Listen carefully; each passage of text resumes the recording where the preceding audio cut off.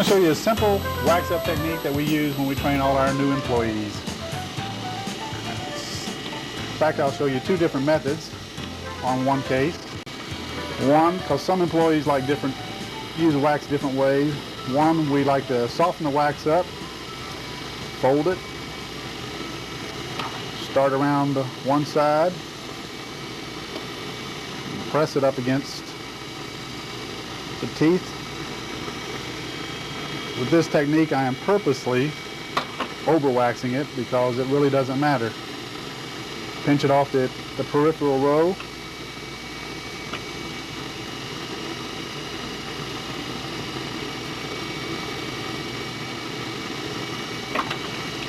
And take a waxing iron. Make sure it's sealed around the teeth, especially interproximals. Zap it, zap it, zap it. And melt it, seal it around the row.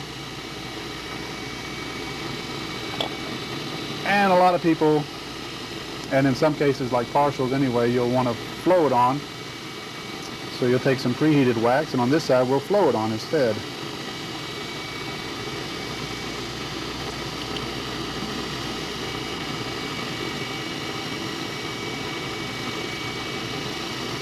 One of the keys to a good wax up is basically not to let the wax form any pockets where food can get trapped. So even though you want to give the illusion that you've got a nice contoured gingiva, you actually want it flowing away from the tooth so that it doesn't trap food. After you get all your wax on, you submerge it in cold water and let it chill. The outside you can use in both methods, either the folded wax or the flow on, but on the inside you basically save a lot of time by just flowing it on the interior, because it just takes a second. And when you go to finish the case, all this is going to come out anyway.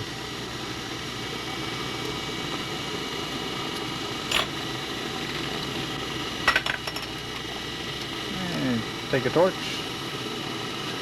flame out the bumps, give it a nice smooth bowl shape, and let it run around the interproximals of the teeth.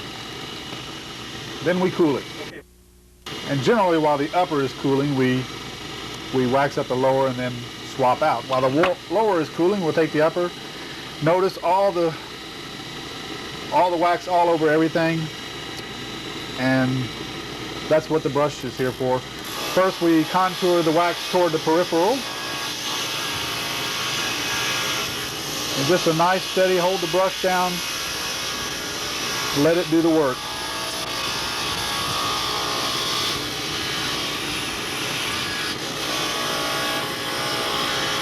This is the doctor's base plate, so we haven't improved it much.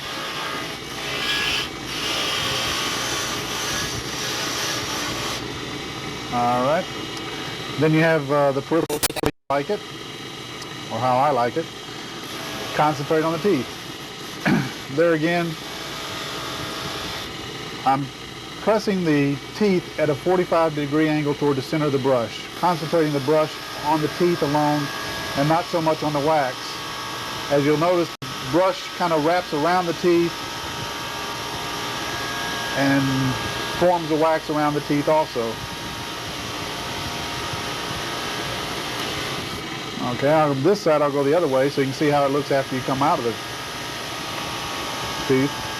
And as you can see, if you concentrate on just brushing the teeth and not the wax, the brush does a lot of the carving itself, leaving just a bit of wax from where your ideal gingiva is, and we're cleaning off all the wax off the teeth.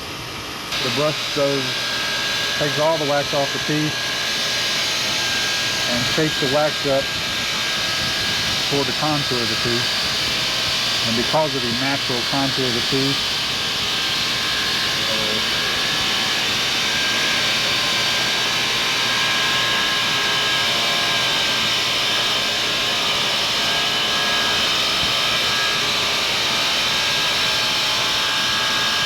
if you just lay the brush there and let it do the work, it may take it a while, but it'll It won't take too much off because all you're hitting is the tooth. And the tooth is making the brush wrap around it so it gets the wax just like you want it. And you want to run around the inside to clean out all that stuff. Okay.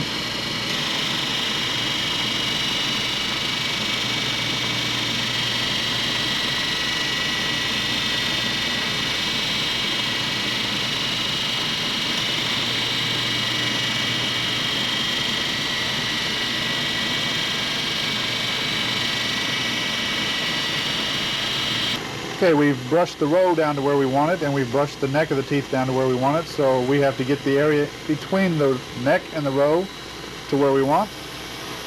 And the brush is good at that by just basically laying it between the two. Get it like you want. You can also use the brush and clean the brush with a knife. And it helps to wax to one side when you're doing this. And you can also do a little festooning with the corner of the brush if you're into festooning. The mouth is a smile, and the cuspids form the frame of that smile. So you want to have a fairly strong cuspid eminence in your wax up.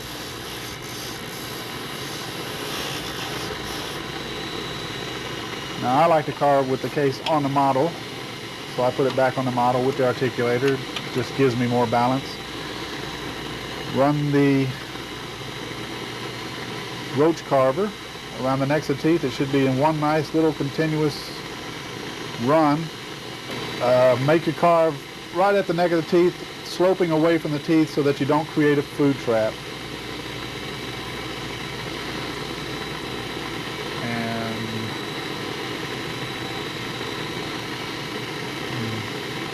And like you said, there's not a whole lot of wax coming off.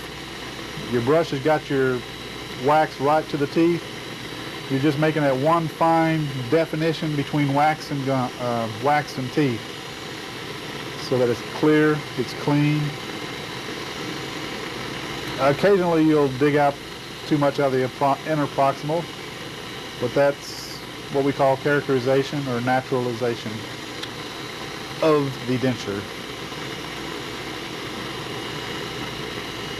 And once you've made one pass all the way around, go to the inside, and it's more of a straight up and down carve because of the way denture teeth are made. And it's just a straight up and down. And at this point there's not a whole lot of need to put a lot of carving in for a try-in, because when it comes back for a finish, we'll be cutting the palate out and putting palatal patterns.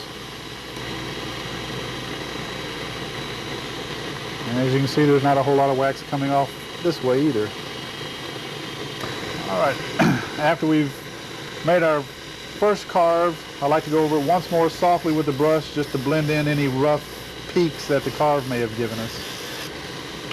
Okay. Then I take a piece of cotton with wax solvent on it and just brushing on the teeth. Brush, brush, brush, brush, brush. And the wax will pick up a lot of the cotton will pick up a lot of the wax. Then you take a clean paper towel and you wipe the solvent off.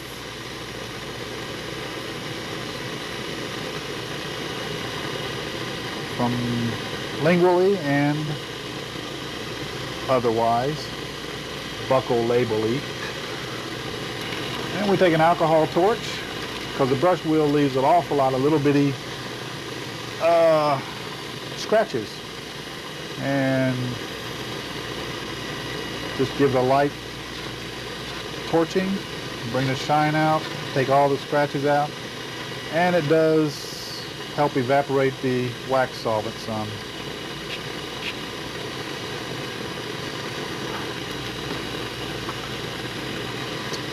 Then we chill it.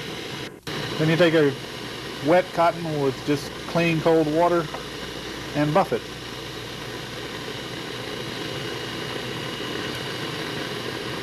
The wax solvent is actually water soluble, so the water helps remove any wax solvent that the flame did not fire off.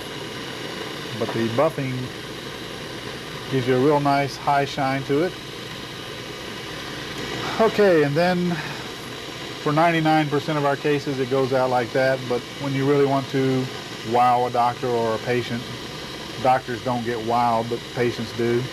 Put a piece of cellophane over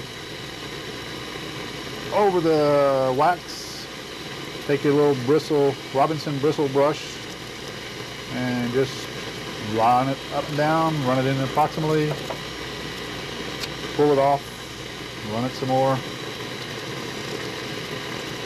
pull it off, run it some more. The plastic is merely to protect the wax, keep the bristles from gouging too deep, and it also helps the bristles form more perfect holes. And that's that.